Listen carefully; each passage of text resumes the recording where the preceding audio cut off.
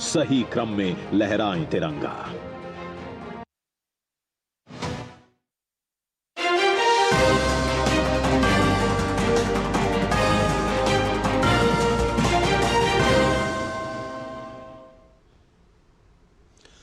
नमस्कार, आप देख रहे हैं डीडी न्यूज। आपके साथ मैं हूं गौरव श्रीवास्तव और मेरे साथ मेरे सहयोगी हैं शरद, जो कि सांकेतिक भाषा के जरिए आपको खबरों से रूबरू करवाएंगे।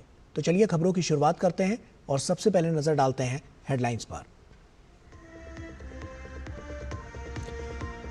भाजपा ने राहुल गांधी पर साधा निशाना, कहा जनता नेता प्रतिपक्ष को अब नेता आप प्रतिपक्ष मानने लगी है। कहा संवैधानिक संस्थाओं को धमकी देने वाले राहुल अब हो गए हैं विध्वंसक।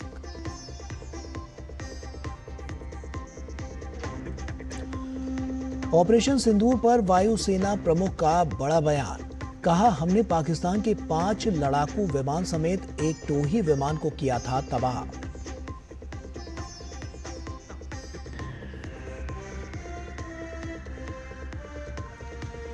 दिल्ली के जैतपुर में दर्दनाक हादसा, भारी बारिश के कारण एक समाधि स्थल की दीवार गिरी, 7 लोगों की मौत।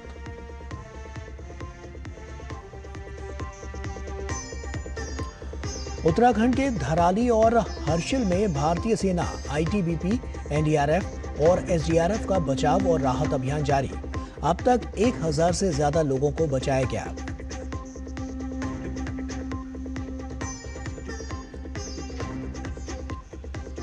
और देश भर में हर्षोल्लास के साथ मनाया जा रहा है रक्षाबंधन। राष्ट्रपति द्रौपदी मुर्मू और प्रधानमंत्री नरेंद्र मोदी ने दी शुभकामनाएं।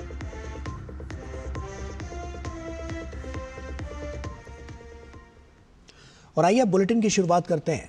भारतीय जनता पार्टी ने राहुल गांधी को घेरते हुए कहा कि देश की जनता नेता प्रतिपक्ष को अब नेता आप प्रतिपक्ष मानने लगी है। भाजपा प्रवक्ता गौरव भाटिया ने प्रेस कॉन्फ्रेंस में कहा कि राहुल गांधी अब संवैधानिक संस्थाओं को धमकी देने लगे हैं। जिस तरह से उन्होंने निर्वाचन आयोग पर आरोप लगाए हैं, वो अब विध्वंसक हो गए हैं। राहुल उर्फ अराजक तत्व अब राहुल उर्फ विध्वंसक हो गए हैं। अब वो विध्वंस करना चाहते हैं संवैधानिक संस्थाओं का, भारत के लोकतंत्र का।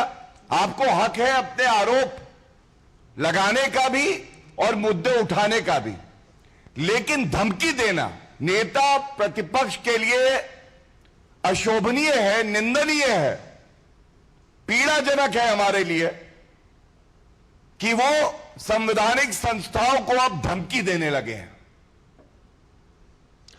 और वहीं भाजपा प्रवक्ता ने कहा कि नेता प्रतिपक्ष जिन्होंने संविधान की शपथ ली है, क्या वो संवैधानिक संस्थाओं का विरोध कर सकते हैं। उन्होंने कहा कि राहुल गांधी मीडिया में अनर्गल आरोप लगाते हैं और प्रमाण मांगे जाते हैं तो प्रमाण नहीं देते।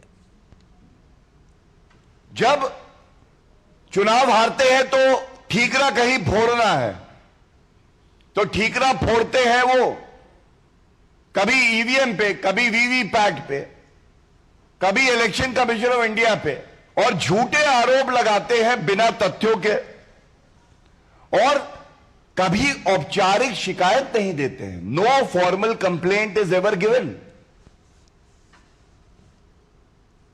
ऑपरेशन सिंदूर के दौरान भारत ने पाकिस्तान को बुरी तरीके से धूल चटाई थी और इस बीच air chief marshal Amarpreet Singh ने ऑपरेशन सिंदूर से जुड़ी अहम जानकारी साझा की है।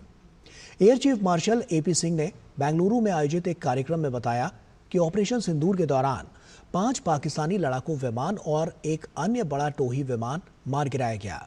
वायुसेना प्रमुख ने कहा कि पाकिस्तान द्वारा किए गए हमलों को रोकने में रूस निर्मित S-400 एयर डिफेंस सिस्टम महत्वपूर्ण भूमिका निभाई।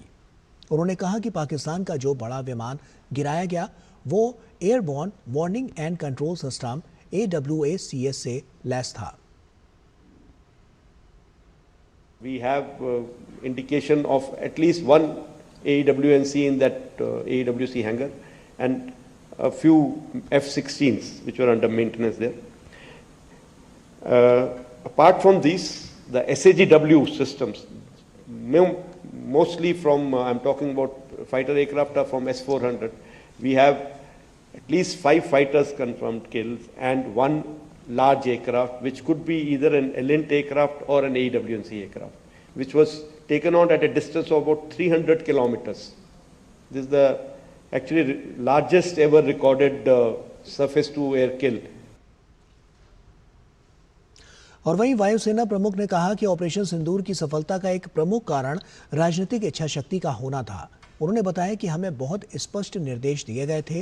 तीनों सेनाओं के बीच बेहतरीन समन्वय ने ऑपरेशन में महत्वपूर्ण भूमिका निभाई। I want to talk about something like, if I can say, what were the reasons for success? One, which I can think of, is that there was political will. I'm being very, very candid here, very open here, because I hear various versions of it. I think if I tell you something, people will have to believe, because I was there listening to everybody, attending every meeting. There was very clear political will, very clear directions which were given to us, and there were no kind of restrictions which were put on it. Air chief martial ने कहा कि operation Sindoor के दौरान हम 80 से 90 घंटे के युद्ध में इतना नुकसान कर पाए कि उन्हें पता चल गया कि अगर वे इसे जारी रखेंगे तो उन्हें इसकी और भी अधिक कीमत चुकानी पड़ेगी। और यही वजह थी कि उन्होंने हमारे डीजीएमओ को संदेश भेजा कि वे बात करना चाहते हैं। You know, more of the high-tech war which was fought in about 88-90 hours of war, we were able to achieve, so much of damage to their system that it was very clear in their mind that in this current situation, if they continue, they are going to continue paying for it more and more. So they have come forward and sent a message again through DGMO कि हम बात करना चाहते हैं, and which was accepted from our side.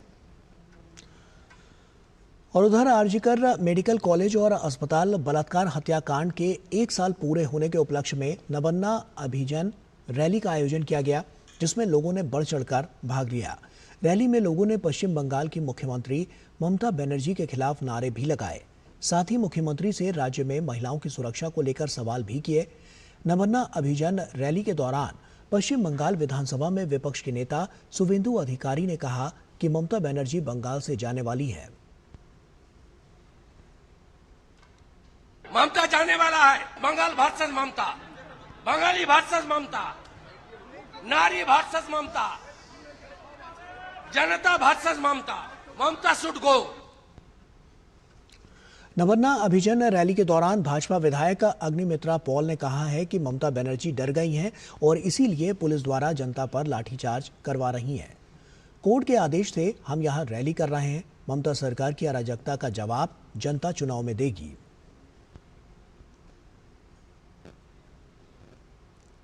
ममता डर गई है और पुलिस को देकर जनता को पीड़न कर रहे हैं, सबड्यू करने का कोशिश कर रहे हैं और लाठीचार्ज किया है। आज कोर्ट का अदालत का ऑर्डर से हम लोग कर रहे हैं। आज लाठीचार्ज किया गया है। अभया का पिताजी माताजी को भी मारा गया है। अर्जुन सिंह का माथा फाड़ दिया गया है। हम लोग को भी मारा गया है। आज इसका जवाब जनता देंगे 2026 में। कोई भी स्वैराचारी शासक, ऑटोक्रेटिक रूलर का अंत होता है। ममता का अंत का टाइम आ गया है। प्रधानमंत्री नरेंद्र मोदी कल कर्नाटक का दौरा करेंगे, जहां वे बेंगलुरु में विकास की कई योजनाओं की सौगात देंगे। इनमें खास है 3 नई वंदे भारत एक्सप्रेस ट्रेन और नई नम्मा येलो लाइन ट्रेनें, जिसमें मेट्रो भी शामिल है। बेंगलुरु से देखिए हमारे संवाददाता अभिषेक सिंह की ये खास रिपोर्ट। देश की रेल सफर में एक और ऐतिहासिक कदम। 10 अगस्त 2025 को मिलने जा रही हैं 3 नई वंदे भारत एक्सप्रेस ट्रेनें, जिसे प्रधानमंत्री नरेंद्र मोदी बेंगलुरु के KSR रेलवे स्टेशन से हरी झंडी दिखाकर रवाना करेंगे। पहली वंदे भारत ट्रेन बेलगावी से क्रांतिवीर संगोली रायण बेंगलुरु के बीच चलेगी, जो बेंगलुरु, तुमकुरू, हासन, चिक्कमगलुरु, चित्रदुर्ग, दावणगेरे, हावेरी, धारवाड़, उत्तर कन्नड़ और बेलगावी जैसे जिलों को तेज रफ्तार से जोड़ेगी। दूसरी वंदे भारत एक्सप्रेस अजनी, नागपुर से पुणे के बीच शुरू होगी, जिससे नागपुर, वर्धा, अमरावती, अकोला, जलगांव, नासिक, अहिल्यानगर और पुणे के यात्रियों को बेहतर कनेक्टिविटी मिलेगी। तीसरी वंदे भारत ट्रेन अमृतसर से श्री माता वैष्णो देवी कटरा के बीच चलेगी, जो अमृतसर, जालंधर, पठानकोट, जम्मू और रियासी के यात्रियों को तेज और आरामदायक यात्रा का अनुभव दिलाएगी। वंदे भारत है, ये हमारा फ्यूचर एक बहुत बड़ा प्रोडक्ट रहेगा इंटरसिटी ट्रैवल के लिए, जो आम आदमी की को दृष्टि में रखते हुए जो अमृत भारत ट्रेन्स है उसकी भी लॉन्च हो रही है। हम लोग वंदे भारत स्लीपर भी लॉन्च करने जा रहे हैं। ये धीमे धीमे एक बहुत इंपॉर्टेंट फ्यूचर के प्रोडक्ट हो जाएंगे और 2030 तक लगभग जो वंदे भारत के प्रोडक्शन है वो उसमें काफी इजाफा होगा। वहीं देश को 3 और नई वंदे भारत एक्सप्रेस ट्रेन की सौगात के बाद बेंगलुरु के लोगों को प्रधानमंत्री मोदी एक और बड़ी सौगात देंगे, यानी नम्मा मेट्रो की येलो लाइन की। इस 19.15 किलोमीटर लंबे मेट्रो कॉरिडोर पर हर 25 मिनट में 3 चालक रहित ट्रेनें चलेंगी। यह कॉरिडोर दक्षिणी बेंगलुरु में इलेक्ट्रॉनिक सिटी होते हुए आरवी रोड को बोम्मा संद्रा से जोड़ेगा, जिसमें 16 स्टेशन होंगे। इस नई येलो लाइन के शुरू होने से दक्षिण बेंगलुरु के औद्योगिक क्षेत्रों को बेहतर कनेक्टिविटी मिलेगी और लोगों को विश्व स्तरीय आरामदायक यात्रा का आनंद। साथ ही सबसे बड़ी बात, लोगों को ट्रैफिक से निजात मिलेगी। प्रधानमंत्री नरेंद्र मोदी रविवार को बेंगलुरु में पर्पल लाइन और ग्रीन लाइन के बाद अब इस तीसरे येलो लाइन मेट्रो की भी शुरुआत करेंगे, जो यहाँ के लोगों को ट्रैफिक से निजात दिलाएगा और रागीगुडा से लेकर इंफोसिस तक का विश्व स्तरीय यात्रा का अनुभव भी कराएगा। प्रधानमंत्री नरेंद्र मोदी द्वारा शुरू की जाने वाली रेल और मेट्रो से बेंगलुरु में विकास को और गति मिलेगी। कर्नाटक में चलने वाली यह 11वीं वंदे भारत एक्सप्रेस ट्रेन होगी। वहीं आंकड़ों पर नजर डालें तो देश भर में वंदे भारत ट्रेन 144 सेवाओं के जरिए 24 राज्यों और केंद्र शासित प्रदेशों तक पहुंच चुकी है, जो अब 150 तक पहुंच जाएगी। सरकार का लक्ष्य अगले 3 वर्षों में 200 और वंदे भारत ट्रेनों को शुरू करने का है। निश्चित ही ये कहना गलत नहीं होगा कि बेंगलुरु से बेलगावी के बीच नई वंदे भारत ट्रेन और नई येलो मेट्रो लाइन यात्रा समय को तो कम करेंगी ही, साथ ही यात्रियों को तेज, सुरक्षित और आरामदायक सफर का भी अनुभव कराएगी। Abhishek Singh, DD news, Bengaluru. और वक्त यहां पर एक छोटी से ब्रेक का है, जल्द हाजिर होते हैं।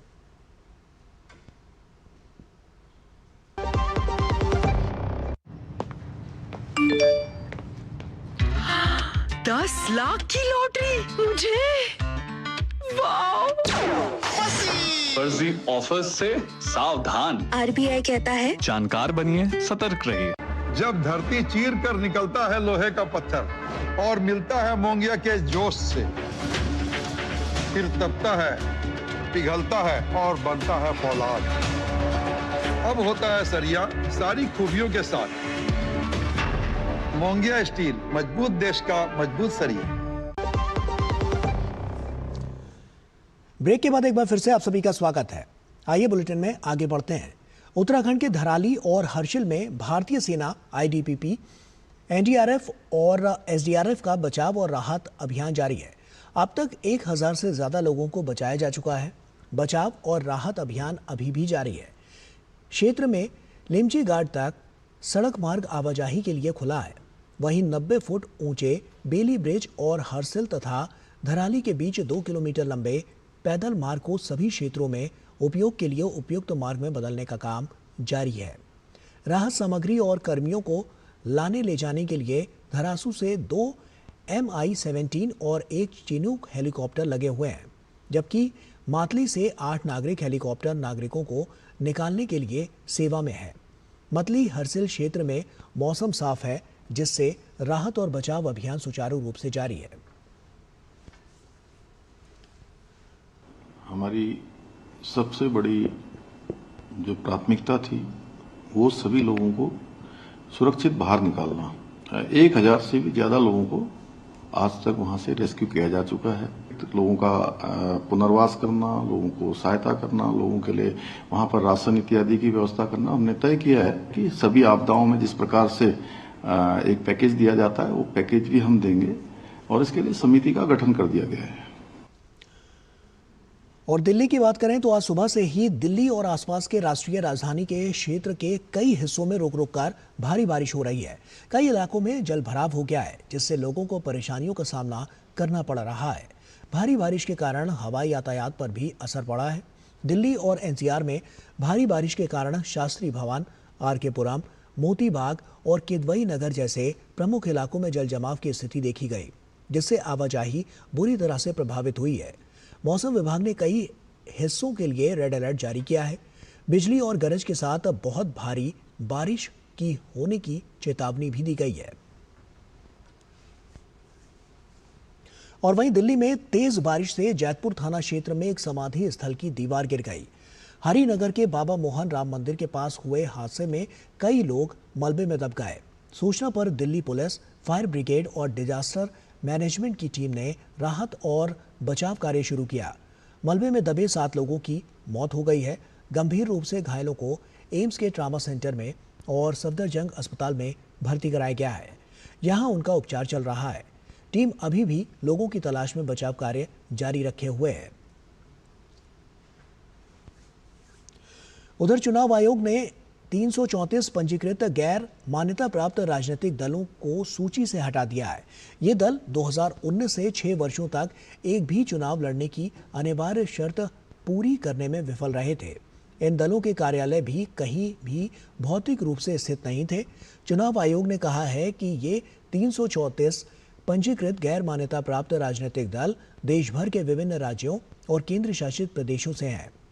कुल 2854 पंजीकृत गैर मान्यता प्राप्त राजनीतिक दलों में से छंटनी के बाद अब देश में 2520 राजनीतिक दल बचे हैं। वर्तमान में 6 राष्ट्रीय दल और 67 राज्य स्तरीय दल हैं। सूची से हटाने की ये प्रक्रिया चुनाव आयोग की चुनावी प्रणाली को साफ सुथरा बनाने की व्यापक और सतत रणनीति का हिस्सा है। चुनाव आयोग ने कहा है कि ये पंजीकृत गैर मान्यता प्राप्त राजनीतिक दल अब आयकर अधिनियम 1961 और चुनाव चिन्ह आरक्षण और आवंटन आदेश 1968 के प्रासंगिक प्रावधानों के साथ जनप्रतिनिधित्व अधिनियम 1951 की धारा 29B और धारा 29C के प्रावधानों के तहत कोई लाभ प्राप्त करने के लिए पात्र नहीं होंगे। चुनाव आयोग ने कहा है कि इस आदेश से असंतुष्ट कोई भी पक्ष आदेश के 30 दिनों के भीतर अपील कर सकता है। प्रधानमंत्री नरेंद्र मोदी ने नई दिल्ली स्थित अपने आवास पर रक्षाबंधन मनाया।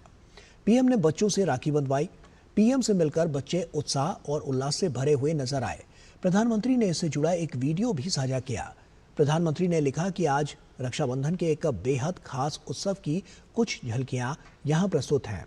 हमारी नारी शक्ति के निरंतर विश्वास और स्नेह के लिए उनका आभार।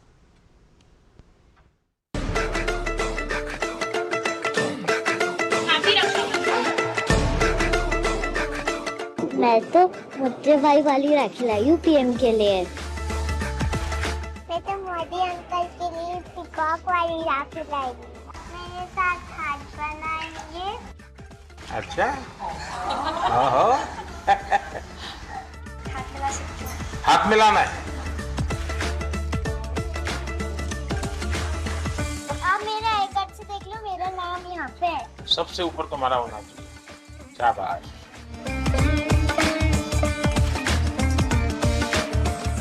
आप सबको रक्षाबंधन की बहुत बहुत शुभकामनाएं।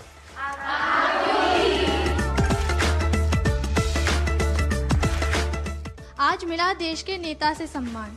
रक्षा का धागा, विश्वास की डोर, दिल से निकलता है बस एक ही शोर। जय हिंद। आपके जैसे प्राइम मिनिस्टर बनना चाहते हैं। अच्छा, प्राइम मिनिस्टर बनना है।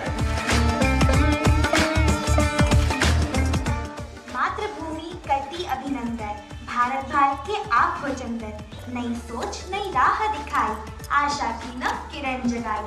स्वच्छ भारत की ज्योति जलाई, जन आवाज से खुशहाली आई। मन की बात जन जन की आवाज, आप सपा के प्रधानमंत्री हुआ आज राष्ट्र को नाज। उज्ज्वला का दीप जलाया, हर घर चूल्हा तब जल पाया। अटल पेंशन और जीवन ज्योति, हर नागरिक का भविष्य मोती। डिजिटल इंडिया और स्किल इंडिया से हर युवा को मिला आत्मबल। ऑपरेशन सिंदूर से शौर्य दिखाया, दुश्मन को भारत का जौहर दिखलाया। मातृभूमि करती अभिनंदन, भारत भाल के आप हो चंदन। भारत भाल के आप हो चंदन। धन्यवाद। ये सारी योजनाएं आपको याद है? हाँ जी। अरे वाह, बहुत बढ़िया, बहुत बधाई। हम आभार से आए हैं, उन्नत मन गर्व से छाए है। जब भी कभी कोई संकट सामने आया, सिंदूर की तरह स्नेह लुटाया। आपने बेटियों को लौटाया उनका घर, अब ना कोई डर ना कोई सफर। हमारे देश में एक है ऐसा कर्म योगी जिसकी मिसाल कहीं नहीं होगी। बहुत बड़ी राखी लाई हो। हाँ। मैंने सुना आपके पास नंदी और गंगा है। हाँ, तुम्हें मालूम है? शाबाश, ये बहुत बढ़िया किया। उनकी राखी में मैंने उनकी नंदी जी की फोटो लगाई थी, तो वो खुद बड़े शौक से थे कि इन छोटे छोटे बच्चों को भी कैसे पता। ऐसा लग रहा था कि मैं अपने किसी बड़े से बात कर रही हूँ जिनको मैं बहुत टाइम से जानती हूँ। मैं एक बच्चे को नहीं संभाल सकती, आप इतने बड़े दुनिया का संभाल लेते हो। नहीं, आप लोग संभालते हैं। अब हमारे वॉरियर सेवियर दोनों। मैंने पीएम से बोला, वो हमारे सबसे बड़े सेवियर वॉरियर हैं और मैं उनको बहुत पसंद करती हूँ। दुनिया के सबसे बेस्ट प्राइम मिनिस्टर हैं। News headlines. The Delhi government has opened 33 Ayushman Arogya Mandir to improve health care. बुंदेले हर बोलो के मुँह, हमने सुनी कहानी थी।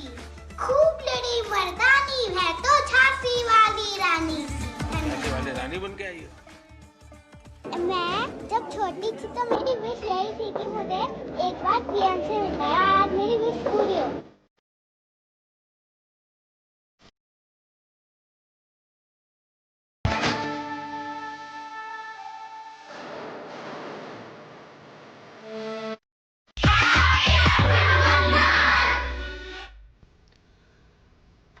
और राष्ट्रपति भवन में रक्षाबंधन का त्यौहार काफी उत्साह के साथ मनाया गया। इस बार राष्ट्रपति द्रौपदी मुर्मू ने यह त्यौहार दिव्यांग बच्चों के साथ मनाया। तेलंगाना से आई दिव्यांग बालिकाओं ने इस मौके पर राष्ट्रपति को राखी भी भेंट की। राष्ट्रपति भवन में इस मौके पर 17 राज्यों से 600 से ज्यादा स्कूली बच्चे शामिल हुए थे। राष्ट्रपति ने बच्चों को वृक्षारोपण करने के लिए प्रेरित किया। राष्ट्रपति ने बच्चों को बताया कि पेड़ पौधे सुरक्षित रहेंगे तो हमारा जीवन सुरक्षित रहेगा। राष्ट्रपति ने कहा कि जिस तेजी से जंगल सिमट रहे हैं, ऐसे में पेड़ पौधों को भी आज के दौर में रक्षाबंधन की जरूरत है। आज हम लोगों को सुरक्षा देने वाला सबसे बड़ा चीज है पेड़ पौधा। पेड़ पौधा हमको सुरक्षा देते हैं, हमको ऊर्जा देते हैं, जिंदगी देते हैं। जिंदगी जीने का ये एक बहुत बड़ा सोर्स है। पेड़ पौधा को भी रक्षा बंधन की जरूरत है। अभी जैसे प्रकृति का परिवर्तन हो रहा है, इसके लिए हम लोगों को इसी दिशा में काम करना होगा और पेड़ पौधा को भी हम रक्षा बांधेंगे। ये केवल मनुष्यों क्या सुरक्षा के नहीं, जितने पशु पक्षी जितने भी जीव जंतु, उसके साथ साथ ये प्लानेट का रक्षा करेंगे। ये पृथ्वी का रक्षा करने के लिए हमको आगे जाना होगा। और रक्षा मंत्री राजनाथ सिंह ने स्कूली बच्चों और ब्रह्मा कुमारी संगठन के सदस्यों के साथ रक्षाबंधन का पर्व मनाया। बहनों ने रक्षा मंत्री की कलाई पर राखी बांधी और उनके मंगल की कामना की। केंद्रीय वाणिज्य और उद्योग मंत्री पीयूष गोयल ने आज नई दिल्ली में स्कूली बच्चों के साथ रक्षाबंधन का त्यौहार मनाया। दिल्ली के विभिन्न स्कूलों के अलावा वृंदावन के संवेद गुरुकुलम गर्ल्स सैनिक स्कूल की छात्राओं ने भी इस मौके पर पीयूष गोयल को राखी बांधी। बच्चों ने इस मौके पर देशभक्ति के गीत भी गाए और राष्ट्रवाद और राष्ट्र प्रेम पर अपने विचार साझा किए। भाजपा की केरल इकाई ने हाल ही में जारी मसौदा मतदाता सूची में बड़े पैमाने पर अनियमितता और सत्तारूढ़ वाम दलों पर सरकारी अधिकारियों के सहयोग से हेरफेर अभियान चलाने का आरोप लगाया। केरल भाजपा के राज्य महासचिव अनूप एंटनी ने दावा किया है कि पार्टी ने राज्य भर में 5 लाख से अधिक विसंगतियों का पता लगाया। उन्होंने कहा है कि भाजपा ने राज्य चुनाव आयोग को इसकी विस्तृत शिकायत भी दी है और कानूनी कार्रवाई पर विचार कर रही है। नया वोट ऐड करने का प्रोसेस चालू है। इस दौरान इन लोगों ने वोटर लिस्ट का मैनिपुलेशन भी बहुत हद तक करने का कोशिश किया। भारतीय जनता पार्टी केरला ने इस विषय को बहुत डिटेल में स्टडी किया, एनालिसिस किया। एक एक पंचायत का डेटा हमने रिट्रीव किया, उसको पूरा एनालाइज किया टेक्नोलॉजी और सॉफ्टवेयर यूज करके। तब हमारे सामने ये विषय आया कि काफी सारे लाखों 4 से 5 लाख के लगभग केरला में वोट जो वोटर लिस्ट में अभी जो वर्तमान में वोटर लिस्ट में जो वोट है वो डुप्लीकेट वोट है या इर्रेगुलर वोट है या इलीगल वोट है। और इसी के साथ फिलहाल इतना ही। पूरी टीम को दीजिए इजाजत। नमस्कार।